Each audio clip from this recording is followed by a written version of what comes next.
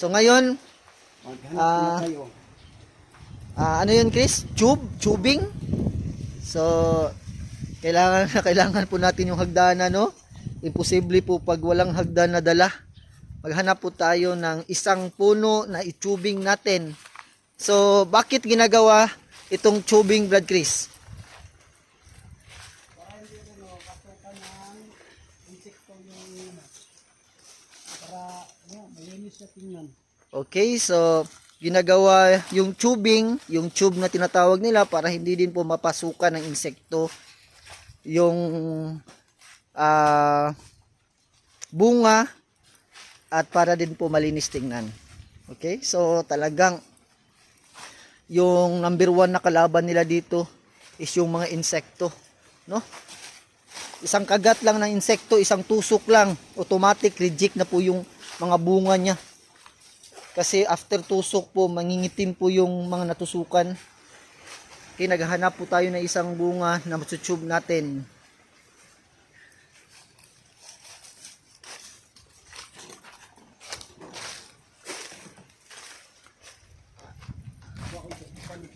Okay. So mga na, Chris. Kung ano sa ipadawon sa mga para di ang tube. Okay. So, yung itutube natin, parang puso pa talaga siya, no? Parang wala pang bunga, parang nagsisimula pa lang pong lumaki yung puso, no? And then first po, talagang nakabalot po yung puso, no, para iwas insekto talaga.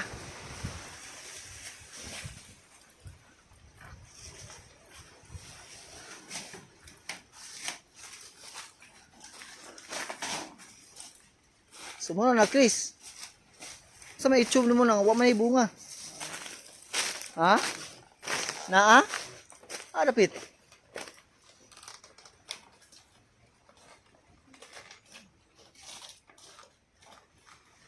Okay, so hindi po natin makita yung yung palabas po na na bunga.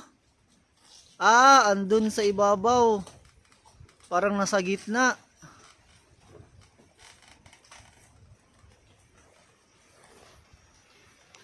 So ito po ay tubing. Ginagawa po to habang hindi pa nakausli yung mga bunga. So binabalot po yung papalabas na puso. Binabalot po ng ng plastic na puti na wala munang mga butas-butas, no? Para po iwas iwas insekto. Okay. So kailangan din po na may safety precaution po tayo dito. Okay. Binabalot po siya from ibabaw until hanggang sa ibaba. Talagang balot na balot po, no? So habang bata pa yung bunga, talagang inaingatan na po, no? So kailangan din po tayong magdubli ingat sa pagtatrabaho dito, no? Kasi tingnan nyo po, no? Mataas po yung inaakyat niya. Kasing taas po ng ano, parang isang andana na gusali. Okay, so tinatali niya po niya ng maigi yung binalot niya na papalabas na puso ng saging. Diyan po nagsisimula yung bunga. No? So, FYI lang po for your information, nakabase din po sa dahon tong bunga. Kailangan po na sakto yung bilang ng dahon para po healthy po yung bunga ng ano, kasi doon po siya kumukuha ng sustansya din sa ano, sa mga dahon ng saging. Talagang tinatanggal po yung mga tuyong dahon. As you can see, wala pong tuyong dahon dito, no? Yan ang tip. At saka lalagyan ng puting tape para po palatandaan na tapos na pong itubing yung saging. At saka depende sa kung mga inano. At saka depensa din po sa ganitong insekto. So parang nadudulas lang sila pag umaakyat. Pili. Dugay. Ay, buta na to. Oh. Okay. So, sample po ng mga insekto na kumakain po ng bunga ng saging natin. Nilalagyan po niya tong masking tape map na parang double-sided tape na ano po, nadidikit po yung ano, no, sobrang dikit po ng kamay natin dito, no? So, yan po isa sa mga paraan para po maiwasan po natin ang kain ng mga insekto sa bunga. Okay? Kit ba? Okay, so ngayon po tinatawag po nila ang next po na ano natin, gagawin natin is tinatawag na budgie top.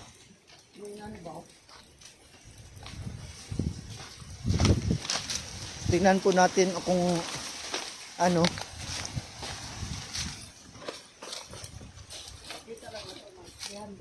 Oh.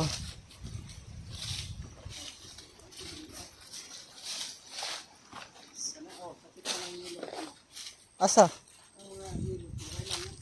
Ah.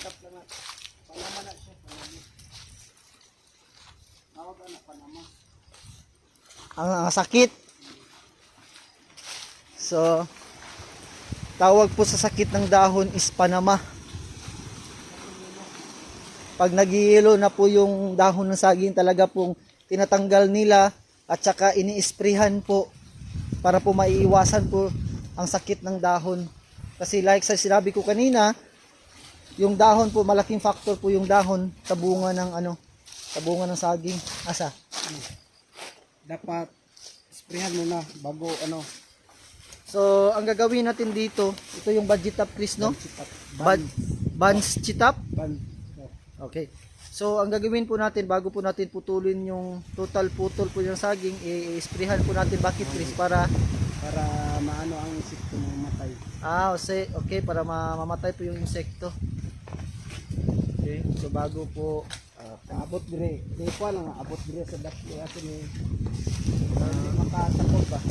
Okay. So, kailangan po na i-sprayhan po din natin yung katabi na dahon na puno para po hindi po mahawa, para hindi po mahawaan yung kabilang saging. So minimake sure po natin na talagang yung mga so bale ito lang po yung may sakit.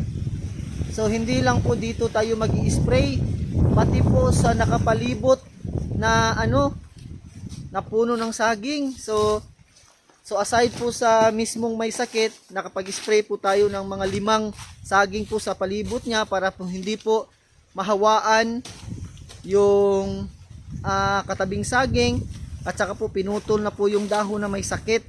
Okay? Pagkatapos na isprayhan. At saka ano yan, Chris? Ano yung tawag diyan, Chris? Yung lukaton. Aw ko na chop Ano man? para di na siya mo balik ba. So unsa may labot ana? Wala na siya. Chop ko na siya. Patayon dapat yun. Supat yun na. Mismo ang kuan. Mismo ang tanong, basta magsakit, pat yun. Okay. So, hindi lang pala mismong dahon yung ano, yung tatanggalin, yung buong nakatayong halaman po is tatanggalin po para po hindi na po bumalik yung sakit, no? So ganito po yung ginagawa pag nagkasakit po yung dahon, talagang pinuputol yung ano, yung mismong katawan, hindi lang yung dahon. No? Talagang napaka-stricto po ng pag-aalaga ng saging na kabindis. No? Okay. Tapos hayaan lang na ano, Chris, matuyo yung katawan. So i-chop, tas hayaan lang na matuyo yung katawan. Hindi naman sinusunog. Oh, okay. Lahat ito katong sunugon. So iba pala yung sinusunog. Itong pan, yelo. Yung yellow na yung Panama. Talagang sinusunog yung ano kasi sakit po siya ng saging. Mahawaan po ng ano, ang lahat po pag hindi po ginagawa ito, tina-chop.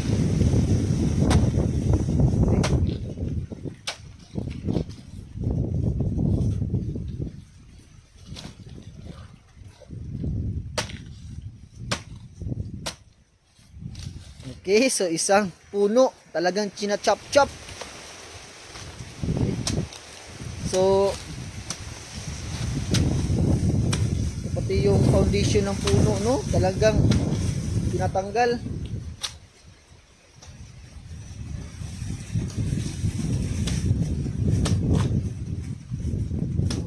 Una po, bago po china-chop-chop yung puno ng saging, ini-sprayhan pa po yung mismong saging at saka yung palibot ng mga saging para po hindi po makahawa sa ibang saging yung ano. Okay, so ito po yung tinatawag na banshee top.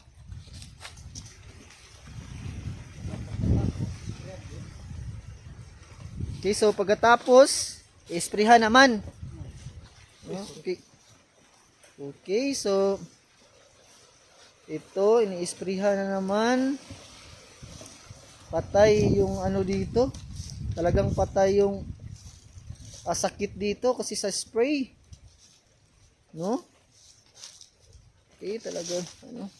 Yung iba dito pag ano na, pati yung itak na ginamit talagang ini-sprayhan din.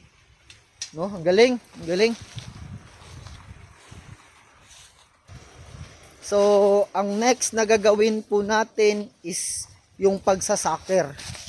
So tatanungin po natin si Brad Chris kung ano po yung ano silbi ng pagsasaker, kung ano po yung maitutulong niya sa ano sa pag-aalaga ng halaman.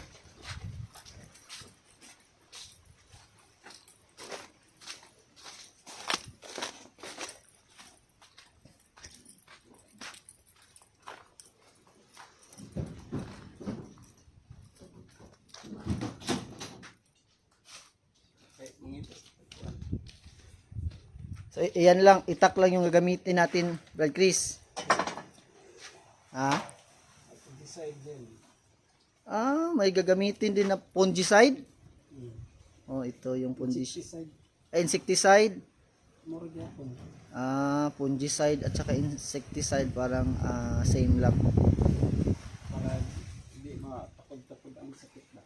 Para hindi mahawaan yung ano, para hindi dumami, kumalat. So ginagamitan bago po tayo mag-sucker, gumagamit din po tayo ng medisina, no? Para po hindi lumaganap yung sakit ng saging, no? Bago po natin ano, parang puputulin po natin yung ano, puno din. Okay. Gamit itong malaking itak na sobrang Iba na naman yung itak. Iba na naman yung itak. Hindi iba yung itak sa pang-saker, iba yung pang banshee top at saka iba yung pang herbicide, pang harvest.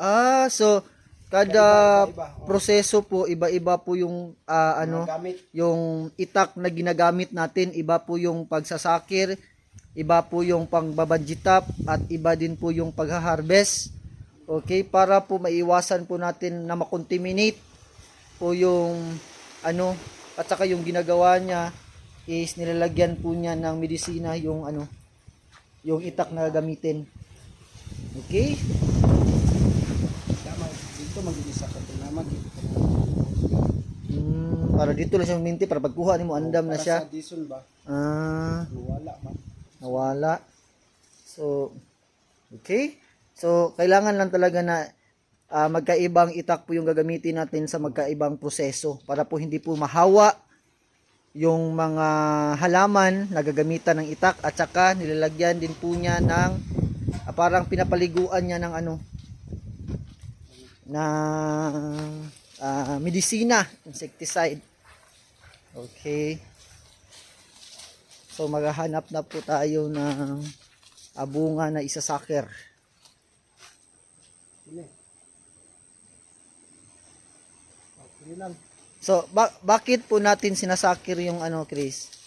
Yung tulad nito, yung isang puno.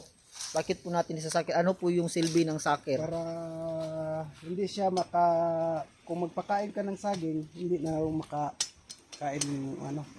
So bali kinukuha po natin yung mga katabing saging para po pag nagpapakain po tayo, nagbibigay ng medisina, hindi po makain itong kabila.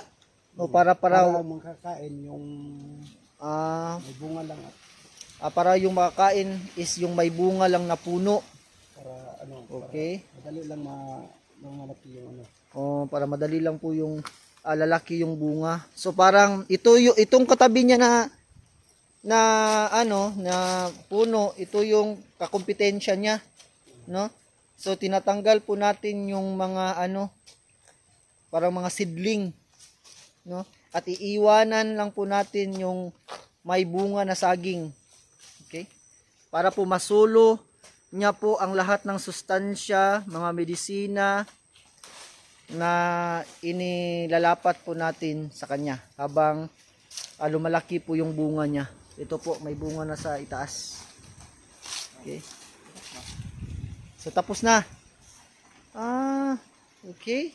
Kailangan ito, ititira para may So kailangan magtira. Ito din ititira to. followers. Followers. So ito yung tinatawag na followers. So talagang pag nag-harvest po kasi tayo, automatic po na pinuputol po natin yung saging pagkatapos mag-harvest. So bali itong katabi niya, ito yung mga followers niya.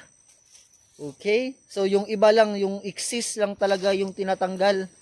Hindi naman po pwede na ano na madami yung nakapalibot na saging, kaya po sinasakir, tinatanggal yung iba. Okay, so ganun po. Okay. So ngayon po magi-spray po tayo ng mga damo na nakapalibot po sa saging para po masisiguro po natin na wala pong ano wala pong ibang kakain na mga sustansyang binibigay po natin para sa saging. So kailangan din po na malinis yung paligid ng saging para po lumaki na malusog. After 3 days po nasusunog na po itong mga ano, mga damo dito, no? So mini-make sure po natin na malinis yung palibot. Okay? So, yan lang po. Lahat po ng damo. Ini-sprayhan po natin after 3 days na mamatay na po sila. No, para po wala pong ano. Okay? So, yan lang po yung ginagawa natin sa dahon, no? Sa mga damo. Pinapatay po natin yung mga damo. Gamit ng herbicide. So, aside po sa insecticide, fungicide, gumagamit din po tayo ng herbicide sa pagpatay po ng mga ano, ng mga unwanted na mga damo sa paligid ng saging, sa ground po ng plantation ng saging. Okay, so tinatanggal din po yung mga ano, yung mga dahon na sira, no? Ito yung tinatawag na leaf roll. Okay, so parang nililinisan lang yung ano, yung bunga na yung dahon na Trim. tinitrim nila yung ano, yung dahon. Tinatanggal yung mga may ano na may tuyo at saka yung sira, no? Leafron yung tawag dito. Okay.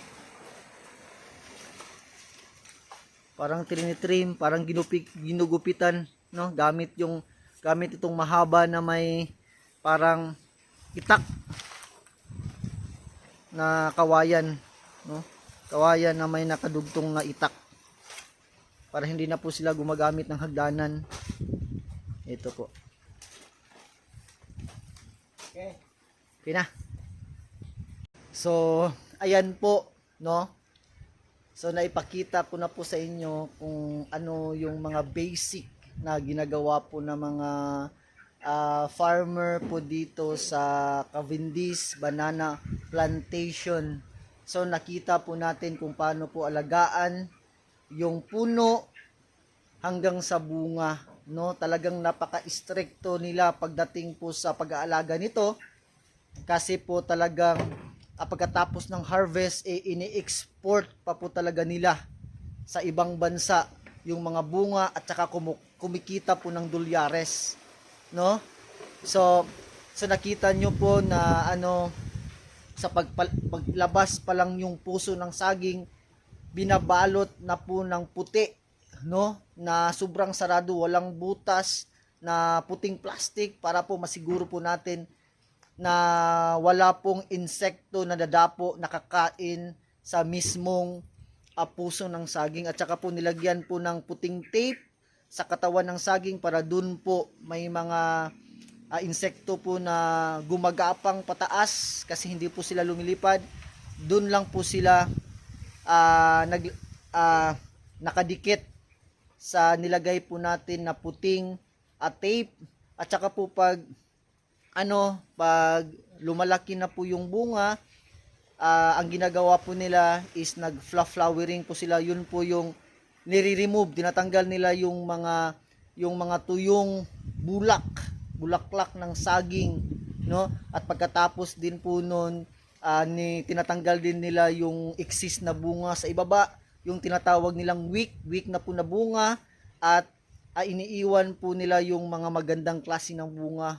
Pati yung parang kambal na bunga, kinukuha nila, at saka pagkatapos noon, binabalot nila ng yellow na plastic na may butas yung ibabang bahagi ng bunga, kasi dalawa yon, ibabang bahagi ng bunga para po hindi po magdikit, no? At saka bago po nila ginagawa yon, ini-sprayhan nila ng herbicide, hindi po, ng fungicide, insecticide, para po iwas po na na madapuan ng insekto. At saka nilalagyan nila ng ribo na itim para po palatandaan po na na itong bunga na to is for harvest na after 3 months. At saka yung final po, binabalot nila ng puting plastic na may kunting butas. So nakita din po natin kung paano magpatay ng sakit ng dahon.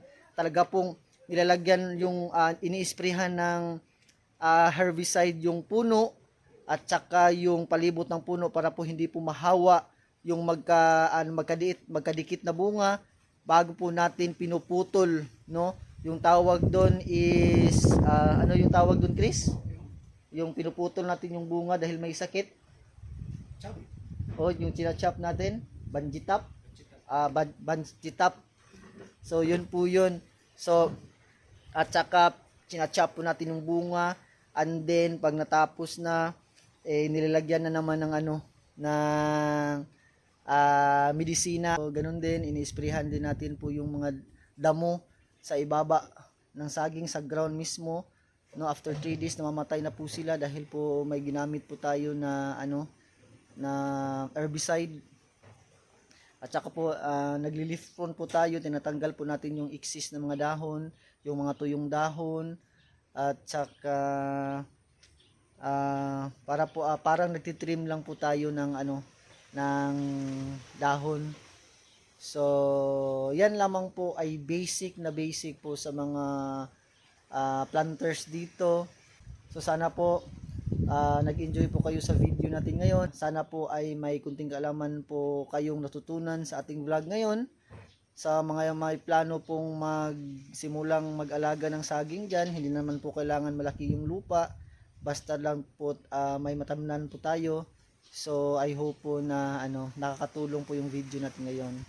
So wag pong kalimutan na i-like, mag-subscribe, at i-hit din po na ang notification bell para updated po kayo sa mga upcoming videos natin. So babalik po tayo dito pag po yung mga nagawa natin ng mga bunga is i-harvest na after 3 months po. So madami pa po tayong matutunan po sa ating journey sa pagsasaging po ng Cavendish, no? So once again, magandang araw po sa inyong lahat. God bless us all. So pauwi na nga po tayo, no? Okay. Bonus video po. Ang ganda po ng tanawin, no? Makikita po natin directly yung Mount Apo, no? Pati po yung nakapalibot na mga gulayan. May petchay, Chinese petchay, may cabbage, no? Ang ganda talaga dito sa Kapatagan. Nature na nature po yung buhay natin dito. Napakalamig kahit po mainit ngayon, but malamig po yung simoy ng hangin, no? So I invite everyone na bumisita po kayo dito sa Kapatagan. Hindi po kayo magsisisi sa experience nyo dito, no? Ang dami pong mga tourist spot dito, no?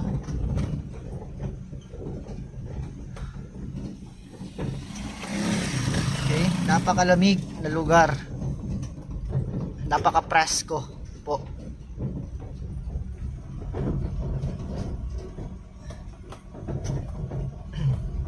So sa tabi ng daan may plantasyon ng atsal doon.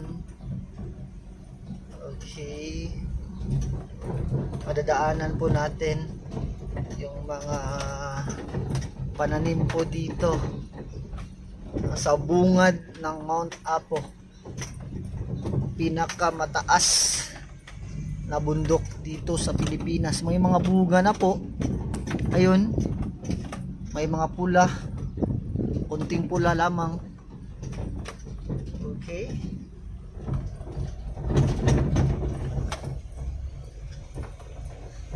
sa kabilaan may pananim din na saging.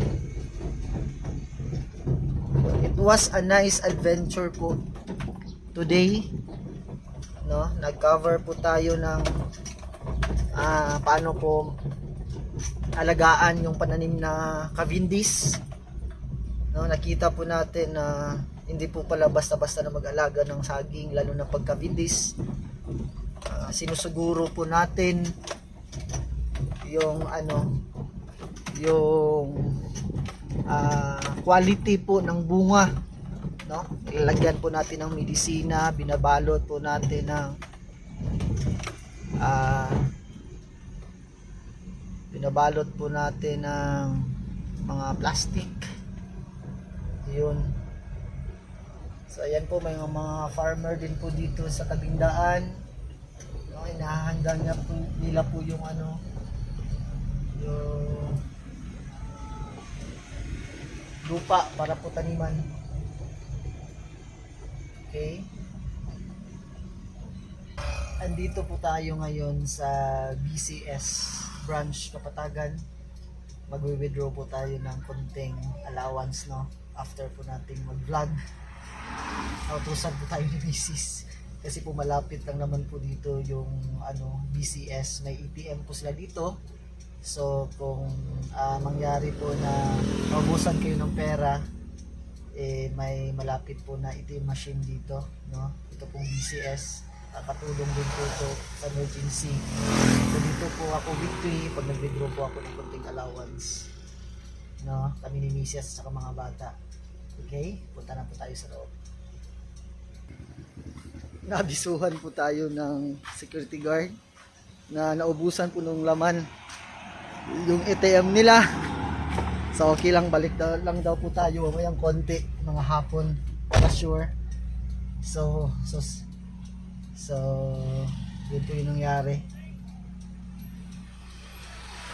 Naubusan ng laman. Okay. So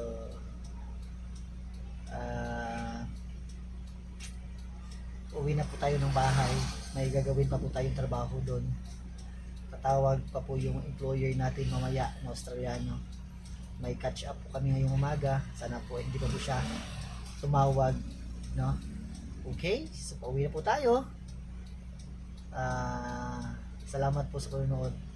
God bless po sa inyo lahat.